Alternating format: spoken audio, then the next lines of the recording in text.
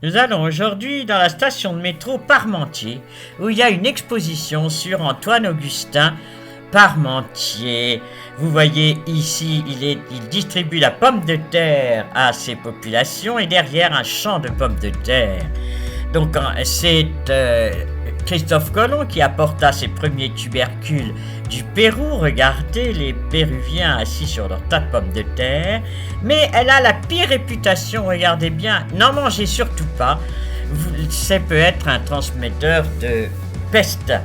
Mais petit à petit, la pomme de terre devient plantée en Bretagne. Vous voyez ici les plantations, toujours les plantations. Et maintenant, c'est la 4e culture mondiale. Comment en est-on arrivé là ? Voilà Antoine-Augustin Parmentier. Il est né en 1737 à Montdidier en Picardie. D'une famille pauvre, c'est sa mère et le curé du village qui lui apprennent à lire et à écrire. Et à 13 ans, il est apprenti pharmacien chez son oncle, qui est un passionné de botanique. C'est là où il se passionne lui aussi pour la botanique. Mais il a trop pauvre pour acheter une pharmacie et donc il s'engage dans l'armée de Louis XV pour la guerre de 7 ans. Et là, il est apothicaire des armées. Il est fait prisonnier 6 fois par les Prussiens, mais à chaque fois il est échangé tellement son rôle d'apothicaire est important dans les armées du roi Louis XV. Nos soldats ont considérablement mangé de pommes de terre pendant la dernière guerre.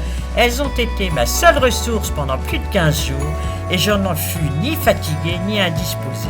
Il étudie comment il a pu tenir 15 jours en ne mangeant que des pommes de terre. Et voilà, 1766, il est apothicaire des Invalides. Il y a eu un concours et il l'a gagné. Là, il s'installe aux Invalides avec les Sœurs de la Charité, étudie les médicaments, soigne ses malades le jour, mais la nuit, il continue à faire ses recherches, des farines, des plats, avec toujours ce fameux tubercule. 1778, c'est le premier champ de pommes de terre planté dans la plaine des Sablons. Et regardez, on lui vole ses pommes de terre. C'est sa meilleure publicité. Aux Invalides, en 1785, il invite le roi à souper et la reine. Et là, que des pommes de terre au menu, dont le fameux hachis que le roi appela le hachis Parmentier. Voilà les fleurs qu'il offre à la reine, qu'il est mis dans son corsage. La France vous remerciera un jour d'avoir trouvé le pain de pauvre, lui dit Louis XVI. Il est un savant insatiable, il continue à chercher partout et il devient, pendant la Révolution et l'Empire, pharmacien de l'armée. C'est là où il continue ses recherches. Et voilà les pommes de terre qui passent du Louvre, du Versailles, des châteaux, Chaumière, avec toutes les recettes.